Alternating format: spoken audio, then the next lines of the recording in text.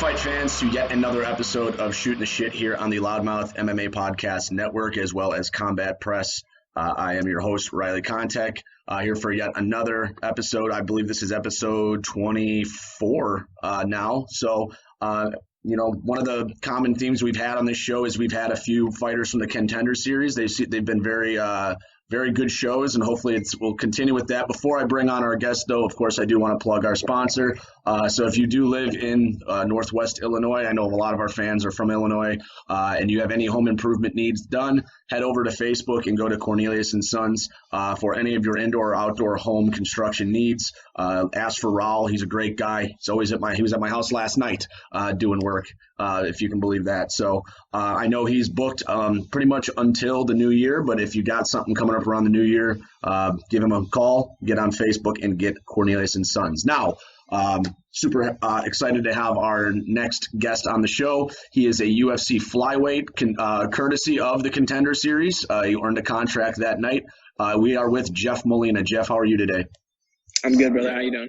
I could be doing better, as we've talked off camera about, but it is what it is. So first off, thanks so much for coming on. We love having fighters on the show, especially Contender Series guys, because those seem to be really interesting. Some of the most interesting guests we've had have been Contender Series guys. So first question we're going to shoot your way, before we talk about that fight itself. How would you rate your experience on the Contender Series from an aspect of UFC professionalism and organization? Obviously you probably had to be in Vegas for a set amount of time before quarantining or whatever. So just kind of rate and kind of tell us the experience you had there. Yeah, man. Fighting for Contender Series, obviously it's ran by the UFC, so it's like the highest level, right? It's definitely the most professionally ran organization I fought for. I fought for Victory FC a couple times when that was still a thing, and they were super professional. But definitely, the UFC is just on a different level, man. Especially with COVID, they're super just like strict and stringent with how they run stuff. So it was cool. It's awesome. And then, so like, where did they lodge you guys? Like, obviously, they put you in a hotel near the Performance Center, or how did they do that? Yeah, they put us in a hotel about like 5 minutes away from the PI and the Apex. And dude, it's a tight ship. Like, they got security in every corner. They got different color, like bands that you can't walk out of your room unless you have a certain band color. They got like a big old white tent that makes it look like we're definitely in a pandemic right now, and people running COVID tests every day. It's crazy, but I can't I'm glad imagine they're doing it that way. I can't imagine. Did you have to get a COVID test every day? Yeah, we did. Just because our coaches tested positive. For the other fighters, I think it was every other day. But for us, since our coaches flew there with us, tested positive, they were testing us every day. That has to absolutely suck, because I'm assuming they do this thing up your fucking nostril, which is, I did one yesterday for my pre-surgery, and it couldn't have been more uncomfortable. I was more afraid of getting the COVID test than getting surgery tomorrow, because that was so uncomfortable. So the UFC gave us all 3 tests. From what I know, there's 3 tests. They got the nasal one, which blows. We did that before we actually flew to Vegas. It was like a mail-in kit. They mailed it to us. We did it over like a Zoom call, okay, with like one of the UFC people, and then we mailed it back. And then when we got to Vegas, they did like the throat swab. And apparently there's 2 different throat swabs. There's one where they like circle around back there, and the one where they just flick whatever's back there. So they did both. You think with modern medicine they could come up with a more or less comfortable way of these tests? Because also if you have a bad gag reflex and they're doing that swab, can't be comfortable either. Yeah, for sure, man. You'd think so. Like, it's 2020. I wonder what Trump got. I wonder what kind of test you got. Yeah, he got the greatest test in the world. It was the greatest test. They probably just checked his pulse or something. They're just like, he's fine. Yeah. So now we talk about the fight itself. First off, and again, most people who know me know I'm not a smoke blower up the ass person. The fight that you had with Jacob Silva was an outstanding fight. Super exciting, action from bell to bell. So first off, just kind of comment on your performance against Silva, who had a good performance himself. He just obviously got outdid by the better man that night. The second thing is did you go back and watch that fight and see anything that you want to change up? Yeah, the fight itself, I'm glad I got to have a 15-minute fight. I'm not too happy with my performance. I felt kind of flat out there in the first round. But overall, I'm glad I got the experience. Right, on one hand, you want to get the performance of the nights, not the fight of the nights, but I'll take that, man. I felt like Silva was the right dance partner to put on that type of fight. Right, dude's tough, took some hard shots, just kept walking forward. But, it takes two to tango, and he was the right dance partner that night. After the fight, Dana White told me it was fight of the night, and I kind of joked with him, and I was like, so 50 G's, right? And he's like, soon, kid, soon. So I try to shoot my shot with that. But, yeah, overall, I'm glad I got to go 15 minutes. Just definitely some stuff I need to work on, and I have been working on. Being right back in the fight camp, it kind of helps patch up those holes a little quicker. And yeah, Silva's a tough dude, man. We kind of knew that going into the fight. Obviously my coaches weren't able to be there, but James Krause FaceTimed me that morning, walked through the game plan, and the last thing he said right before he hung up was, don't be surprised if you can't get this kid out of there. Like, this kid's tough. It's obviously the biggest opportunity of both our lives, and there's going to be a point in the fight where he's getting picked apart from a distance, and he's just going to bite down the mouthpiece and come forward. Yep. And I think that was it to a T, man. Krause is a wizard when it comes to game planning and just fight IQ, and he called it. So. Yeah, I mean that was when I was looking at the tape when I was writing up my Contender Series for that week. That was kind of what I had said, and I actually had you guys pegged as it was the piece what we put out before the fights. I said this will be fight of the night. So you were kind of talking about fight of the night, bonus. Was there any bonus for having the fight of the night or no? No. Okay. I tried, man. Once Dana said, it's like, dude, that was fight of the night. I'm like, heck yes, 50 G's, right? And he's like, no, soon. Yeah, you got to think they got a much tighter budget on the Contender Series shows than they do on like a pay-per-view or an ESPN card. So I can kind of understand that. So in the aftermath of that fight, you got the contract. Now, were you a little nervous because the fight went to a decision that you might not get picked? Because unfortunately, sometimes they'll take guys just based on finishes, even though they may not be, a guy that might not be UFC ready, but just because he got a finish. Were you worried that you might not get a contract because it went to decision? Yeah. One thing when the fight got booked, it got booked back in February, so we fought in August. We were supposed to fight in July 1st, and then Fight Island pushed that back. But one thing I talked to my manager about was like, man, like, what if I can't finish the dude? Like, what if I don't get the finish? And he's like, dude, with your fighting style, I think you'll still get it. So that was running through my mind. I was like, man, I did go to decision, but I was getting texts and calls from friends and family like, dude, you got a standing O from Dana. And but you never know. So yeah, I was nervous. I was worried. It was like, man, hopefully that was entertaining enough. And it's hard to look back right after you've been in a fight to know how well you did, unless you get the guy out of there. That's kind of like the sure way to know. But I was nervous. Yeah, and then so if I remember correctly on your episode, I think there were 4 contracts handed out, correct? Yeah, I think so. Okay, were you on the same card as Huck Body? Yep. Okay, so and again, not to bear anybody, he had a finish, but I didn't think he really fought a top level opponent, and his striking looked very iffy. So like that's what I was kind of saying. Like you could have been nervous because you didn't get a decision. This guy got a contract because he finished the guy, but he didn't look all that impressive in certain aspects of his game that could be exposed, especially at the highest level, which is where you guys went or are going right now. So. Now you have a fight scheduled pretty quick. The Contender Series guys have been getting quick turnarounds, which I'm sure is great for those guys, including yourself. You'll be fighting a Zarrukh Adashev. I'm bad with these names. So he's an experienced guy. Now, what's your scouting report on this fight? What does this guy do good, and how do you think you're going to have to? How do you think you have to fight to win this one?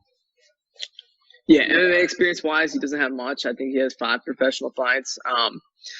He does have a lot of kickboxing experience. He's fought for Glory Kickboxing a ton. He's got some sick, spinning heel kick knockouts in Glory.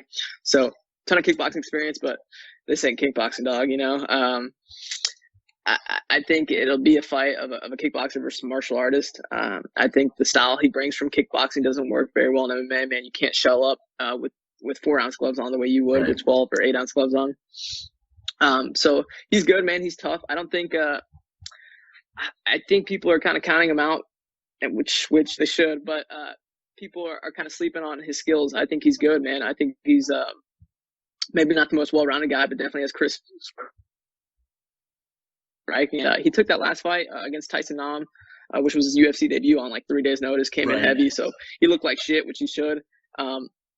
But I'm not sleeping on him, man. I know what he's capable of. I just know I'm better everywhere, and I'm gonna put on a show. I love the matchup, man. Like my coaches love the matchup. Like we accepted this the day after my Contender Series fight, just because we love the matchup stylistically. Obviously, the UFC matched this up because they think it'd be two strikers, but it's gonna be a striker versus a martial artist, and I'm just excited to get 50 Gs, man. I think this is a fight of the night or performance of the night type of fight. Yeah, and that's definitely a good point. Dana on the Contender Series didn't see a whole lot of grappling out of you because it basically just turned into a slugfest. So yeah, they might be thinking this will be striker versus striker, but obviously you do have a ground game. I mean, anybody who's watched tape on you knows that. So yeah, I definitely think the well-roundedness is going to be the big advantage coming into that fight. So now jumping to this weekend, Saturday, we have a UFC card. We actually have a Bellator card as well, so it'll be a nice busy weekend. So we have Fight Night. It's on Fight Island. Let's just talk about the top two matchups, the main and the co-main. Let's start off in the co-main. You got Edson Barboza taking another fight down at featherweight, taking on Makwan Amirkhani, which Amirkhani, I believe, is taking this fight on short notice because Jeremy Stevens had to drop out of his fight. So just give us your thoughts on this fight and if you have a pick. Yeah, I'm going to go with Barboza on this. Amirkhani, again, took this on short notice. Sometimes you are able to test Barboza's gas tank, but taking this fight on short notice, I think it'll be tough to do so. I think that's kind of how Dan Ige squeaked out that decision against him. I thought Barboza won, but that's kind of what you got to do with Barboza if you're not Khabibing him, right? Right. You just kind of put it on him, see he fatigues a little bit. So I'll take Barboza in that, man. He looks sharp at 45. I thought the weight cut might have something. It might hinder his performance, but he looked good against Ige. I thought he won the fight, so I'll take Barboza on that. Yeah, I'm with you. I do think he also beat Ige as well. I think there was a lot of people that had that thought. But yeah, I think you said it pretty how I would put it. Amirkhani taking it on short notice. He does have decent striking, but Barboza's striking is top elite level. Amirkhani could find a takedown, but Barboza is actually a lot harder to take down than most people realize. So yeah, I'm going to go with you on this. I'm based on the camp and the skill set. I think Barboza does take this one. Now, do you think he gets a finish in this one, or do you think it goes to the judges? I think Barboza can get a finish, man. I wouldn't be surprised if it's a finish or a decision win that's like pure domination, but I just think Barboza is better everywhere. And like you said, if he gets taken down, this isn't a guy that's hanging out on his back unless you're that Khabib level of holding someone down, which there's really only one guy that does that, and that's Khabib himself. So I just see Barboza beating him everywhere. Okay, so we're in agreement on that one. And then we head to the main event, which is a weight class is only one above you. You would think the two guys possibly fighting for a title shot in the near future. You got Marlon Moraes and you got Corey Sandhagen. What do you think on this one? Dude, that's a tough one. Corey's one of my favorite fighters. He has been for the last couple of years. Even before he was in the UFC, like on the regional scene, LFA, I was watching him. Kid's good, man. He's sharp. I shouldn't call him a kid. He's older than me. But dude's good. If it was a 3-rounder, I'd go with Moraes. But it being a 5-rounder, I think Corey's going to come in with a good game plan. Maybe not coast the first 2 rounds, but just expect some hot fire coming from Moraes the first 2 rounds. Moraes does show that he fades in fights, especially in that Cejudo fight and the Aldo fight. So it being a 5-rounder, if I had to put the house on it, I'd put it on Corey. Gotcha. Yeah. And the other thing too, one of Moraes' big weapons is how powerful he is in his knockout ability. And Corey Sandhagen does have an absolute chin on it, as we've seen. So, I kind of agree with your assessment as the fight goes on. I think it balances towards Sandhagen. I definitely agree there. But Moraes is unbelievable with his striking, and I actually am going to take him with a TKO stoppage here within 3 rounds. I think he's able to. I think he's that good. But like you said, the Aldo and the Cejudo fight, you're right. He did begin to waver as the fight went on. So that's definitely a concern to watch for going forward. So, yeah, it's a problem, man. I definitely do see Moraes possibly getting Corey out of there in the first 2 rounds. He hits hard, good striking, he's slick, can mix up the wrestling. So dude's definitely dangerous. I just man, it being a five rounder, I really think Corey can push the pace on him and kind of make him break again. For sure. And I mean, this card looks pretty good, honestly, from top to bottom. You know, there's a lot of lesser known fighters, but a lot of these guys that have been taking fights on late notice are definitely interesting prospects. I mean, some of the fans might not even know some of these names, but Ilya Topuria is taking a late notice fight against Yusuf Zalal, who's been nothing but excitement. KB Bular, who was supposed to be on the Contender Series, but they pulled him for this fight. I mean, so there's a lot of good non-recognizable talent to the average fan. So I'm really looking forward to this fight card for sure. Yeah. And whenever there's a card like that, man, it's really easy for someone to have like a breakout performance and kind of become a star. Whenever there's not these big names, right? It's easier for people like Yusuf, who's kind of built a name up already. Right. I think he's like 4-0 in the UFC. But if he puts on a show, or the guy he's fighting puts on a show, you know, these guys can come out and become stars just because of the card being not as big as some other cards, you know. For sure. And then before we let you go, what is the date on your fight so those watching can make sure to keep an eye out for you? It is November 14th. November 14th. You heard it, folks. Las Vegas. Perfect. And that'll be on that'll be on ESPN Plus, I believe, correct? Yeah.